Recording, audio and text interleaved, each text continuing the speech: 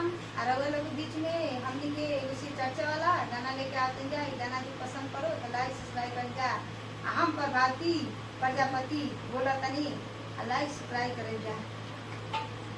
अरे बैठल रोवेली असिसिया हो चुनरिया में दा